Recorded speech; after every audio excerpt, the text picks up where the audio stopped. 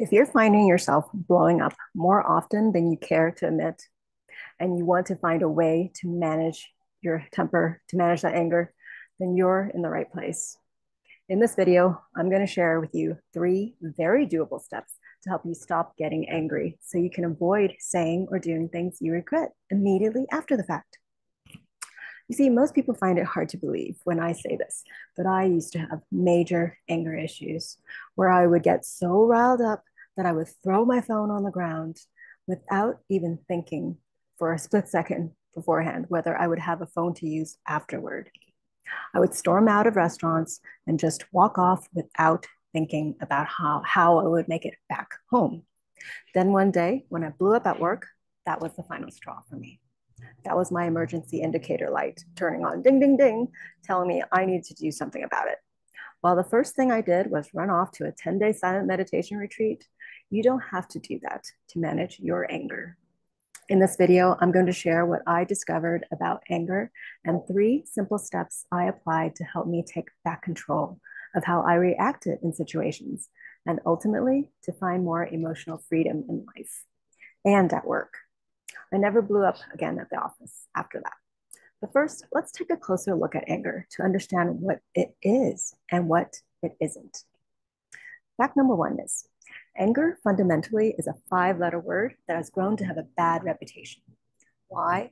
Because we haven't taken the time yet to understand its value. Now, you might be thinking, Kelly, I just want to stop letting anger take over me. What value could anger possibly give me? Well, the role anger has is this. It's a pretty reliable indicator that helps inform us something's not right, that thoughts or beliefs are trapped in our head and old wounds or emotions are being kept bottled up inside us. And if we don't give a healthy outlet for these thoughts and feelings, we explode, as we've probably been accustomed to seeing happening time and time again. So, what kind of outlet can we give these thoughts and feelings so they can be released, so that we're not a walking, ticking time bomb that could explode any minute, right or right? One option is to write out your anger, just free flow, write out that anger, write about that anger episode with the intention to extract any wisdom from the experience and to resolve that conflict once and for all so that you can leave it behind you. Another option is to have a listen to the guided meditation below on releasing resentment and inviting in forgiveness so that you can learn how to easily let things go and set yourself free. Fact number 2, anger isn't the enemy. It's not something we need to fight or resist either. We just need to understand it. You see, anger is simply a feeling we haven't taken the time to understand. And to understand where our anger comes from, we have to understand our needs and understand which needs aren't being met that led up to the accumulation of resentment, frustration, and anger. More on that later in this video. Fact number 3, anger can 100% be managed, and you are 100% capable of managing it because just like any feeling, you have 100% ownership over how you receive and process anger when it shows up. The sooner we set the story straight about anger, the sooner we can do something about it. And that story is this: getting angry is just a habit, and we can replace this habit with new ones. So let's jump right into the 3 steps that will help you break the habit of getting angry and keep your cool in any situation. I have to say this first though, before you presume any of these steps are too hard or impossible to do in the heat of the moment, please don't knock it till you try it. Whenever you notice you're getting triggered or your blood's beginning to simmer, try any one of these following steps. Step number 1, breathe deeper. When we get triggered, we tense up. Our body and muscles tense up, and our breathing becomes shallow. So step 1 is to redirect your attention to where in your body you feel tense. Where do you feel the tightness or constriction? And breathe deeply into that specific area. Breathing deeply puts our body at ease again so we don't feel threatened or that something or someone is violating our space. Take as many deep breaths as you need to fill that area and fill your entire body with more space, more comfort, and more ease. Iron out the wrinkles and the tension and the tightness. Be sure to hit subscribe for my upcoming meditation that can help you breathe like a pro in the face of anger. In fact, this guided meditation will help you make peace with anger so it doesn't stay bottled up and avoid exploding where you least want it to. Step number 2 is to give yourself what you need first. Ask yourself, what is it I'm not getting in this moment from the other person? Could it be you're feeling attacked or criticized, or like you're not being respected, maybe, or maybe you're not being understood or not getting the attention you want, or like they're not hearing you or acknowledging you, or that they're taking control away from you. Whatever it is you feel like you're missing in that moment, you can give yourself what you need. Let's look at some examples to help drive home this point. Example number 1 is this. Say you feel like you're being criticized or attacked. Then give yourself the reassurance that you are indeed safe, which is a fact, because chances are no one's life is in immediate danger in that situation. So give yourself that feeling of, I'm safe right now. I'm safe right here, right now. I have all that I need, and no one can take that feeling away from me. Example number 2 is, say you're not feeling understood, then consider what's most important is that you yourself understand you, and you know what you want to express. Then communicate with honesty and sincerity, and with a clear intention what you're wanting to say so that you can be understood. Remember, it's not what you say, it's why you say it. The intent behind the words color how you say it. This is effective communication. So make sure you know why you're saying what you're saying.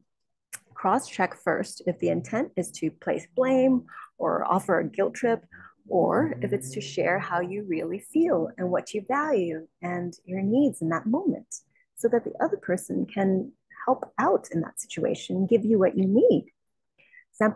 Example number 3 is, say you feel the other person is trying to control you and that you don't have control in that situation. Then gently remind yourself that you are in control, because it's a fact.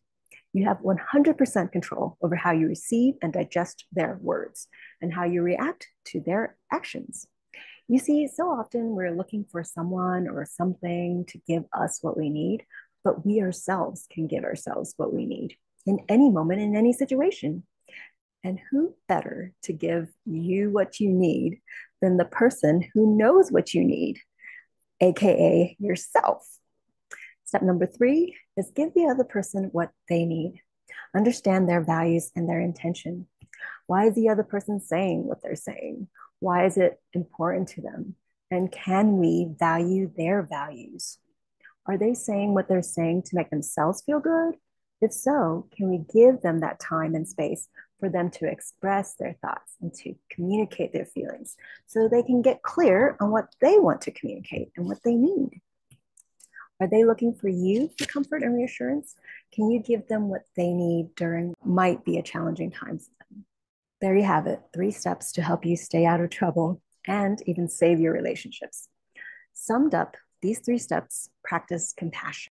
They make sure we address our needs first, putting on the oxygen mask first, as the old saying goes, so that we can give others what they need. Just to recap the 3 steps. Step number 1, breathe deeply.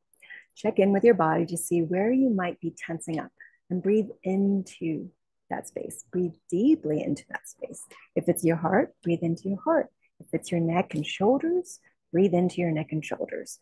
Breathe deeply into that area and into all areas of your body as many times as you need to restore comfort and ease in the body.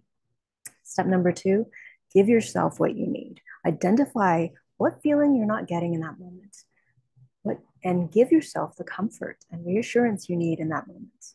This will allow you to remain calm, cool, and collected, so your charming self can take over again and save the day, or at least resolve the conflict in that situation. Step number 3 is to give the other person what they need. What's important to the other person in that moment? What do they need from you? And if you're feeling generous, give them what they need. And if you're not feeling generous, give yourself what you need first. And you'll find the generosity flows from there. Hence the expression, fill your cup first.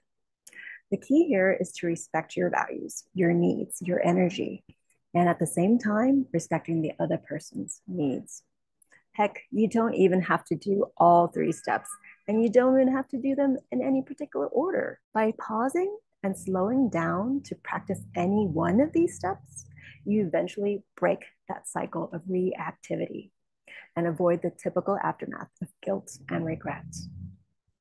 Just pick one of the three steps, and over time, as you practice these habits of self awareness and presence, you'll reconnect with that calm, cool, level headed person that you are by nature before anger became the dominant habit. And if you want a shortcut and simple hack to melt away your anger immediately, be sure to hit subscribe to catch my upcoming video, 3 hacks to stop anger in its tracks. Remember, anger is merely a habit. And the more you practice the pause before the explosion, you can catch yourself in time and replace that habit with one that brings you more peace and ease. In turn, bringing more peace and ease to your surrounding space and to the lives of those you care about. Namaste.